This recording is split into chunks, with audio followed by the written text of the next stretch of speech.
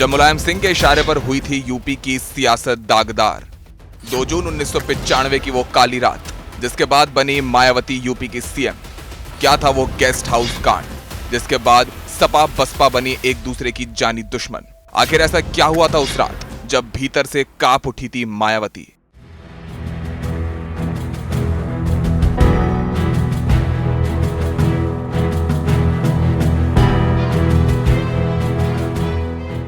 कहते हैं राजनीति वो चीज है जो रातों रात दोस्त को दुश्मन और दुश्मन को दोस्त बना देती है। और सियासत में ही ये फन होता है कि ये किसी दोस्त को भी किसी का दुश्मन और किसी दुश्मन को भी किसी के दोस्त में बदल सकती है। यूपी की सियासत ने भी ऐसे तमाम मंजर देखे हैं कि जब एक दूसरे से गले मिलने वाले लोगों ने ही एक दूसरे का गला दबाने में कोई शर्म नहीं की। कुछ ऐसा ही उदाहरण लखनऊ का गेस्ट हाउस कांड है। क्या आप जानते हैं कि आखिर क्या था गेस्ट हाउस कांड और क्यों यूपी की सियासत में उस दिन को काले दिन के रूप में भी देखा जाता है? अगर नहीं जानते तो बने रहिए हमारे इस वीडियो के साथ, क्योंकि आज हम पॉलिटिकल जंक्शन पर आपको यूपी के राजनीति के उस कांड से रूबरू कराएंगे जिसे पूरे देश भर में गेस्ट हाउस कांड के नाम से जाना जाता है।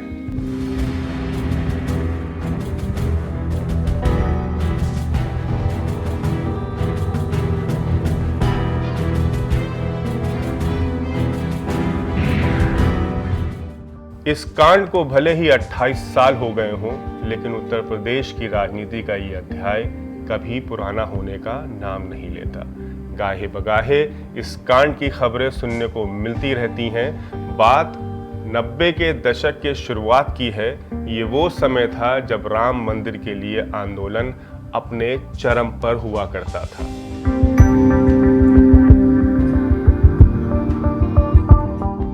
यूपी की राजनीति में भाजपा ने शीर्ष स्थान बनाया हुआ था। 1993 में भाजपा को रोकने के लिए मुलायम सिंह यादव की सपा और कांशीराम की बसपा ने गठजोड़ किया। तब मिले मुलायम काशीराम, हवा में उड़ गए जय श्री राम वाला नारा भी इन दोनों दलों ने खूब उछाला था।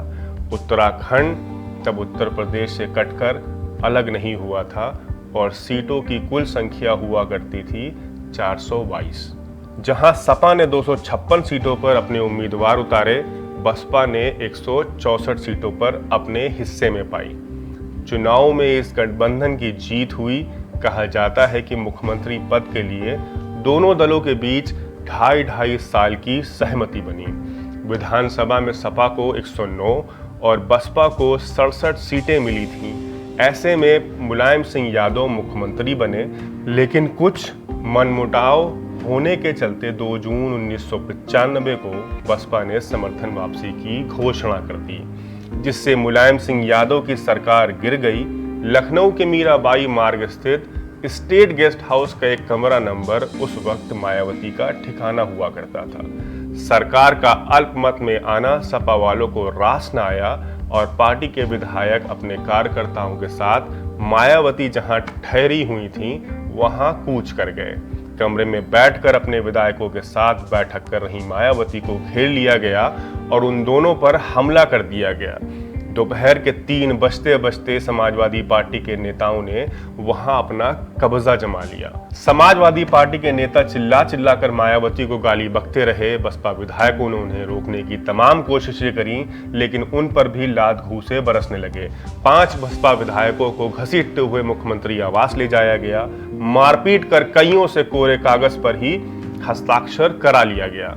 रात भर उन्हें बंदी बनाकर रखा गया। वरिष्ठ बसपा नेता आर.के. चौधरी के साथ भी खूब मारपीट हुई। वो किसी तरह कमरे में बंद हुए। कुछ एक पुलिसकर्मियों को छोड़ दें तो पूरा पुलिस प्रशासन सपा की अंगुलियों पर नाच रहा था।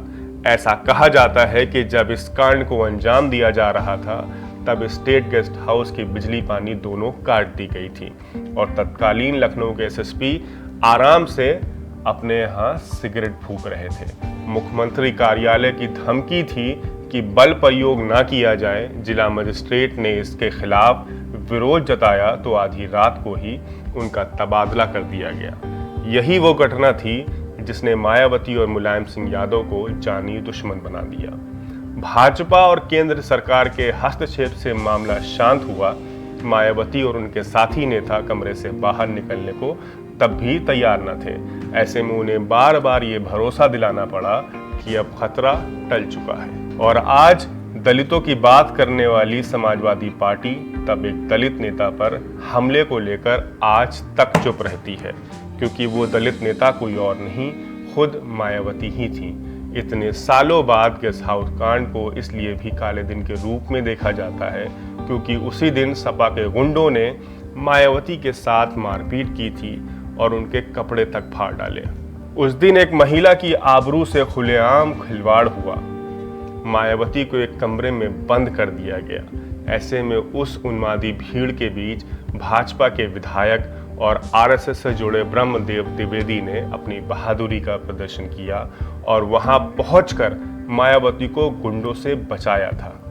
दबंग नेता की छवि वाले ब्रह्मदत्त द्विवेदी ने सपा के नेताओं और कार्यकर्ताओं को पीछे हटने के लिए मजबूर कर दिया। इस घटना के बाद मायावती ने उन्हें अपना भाई माना और उनके खिलाफ आज तक कभी भी उन्होंने चुनाव नहीं लड़ा, ना ही अपना कोई उम्मीदवार उतारा। ब्रह्मदत्त द्विवेदी चूंकि प्रशिक्षित संगी थे, उन्हें लाठी चलाना और लड़ाई की कलाबाजियां भी बखूबी आती थीं, जिनका उन्होंने सही समय पर इस्तेमाल किया। अपनी जान पर खेल कर मायावती को बचाया।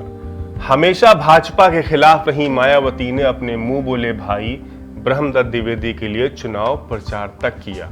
कहते हैं इस गेस्ट हाउस कांड के बाद मायावती ने कभी भी साड़ी नहीं पहनी। इसीलिए एक वो दिन था और एक आज का दिन है। दशकों बीत गए, मायावती ने अपने बदन पे कभी साड़ी नहीं डाली। आपको लखनऊ गेस्ट हाउस कांड की ये कहानी जानकर कैसा लगा हमें कमेंट करके ज़रूर बताइएगा। और इस तरह की तमाम राजनीति से जुड़ी हुई खबरों को जानने के लिए हमारे चैनल पॉलिटिकल जंक्शन को सब्सक्राइब कर दें।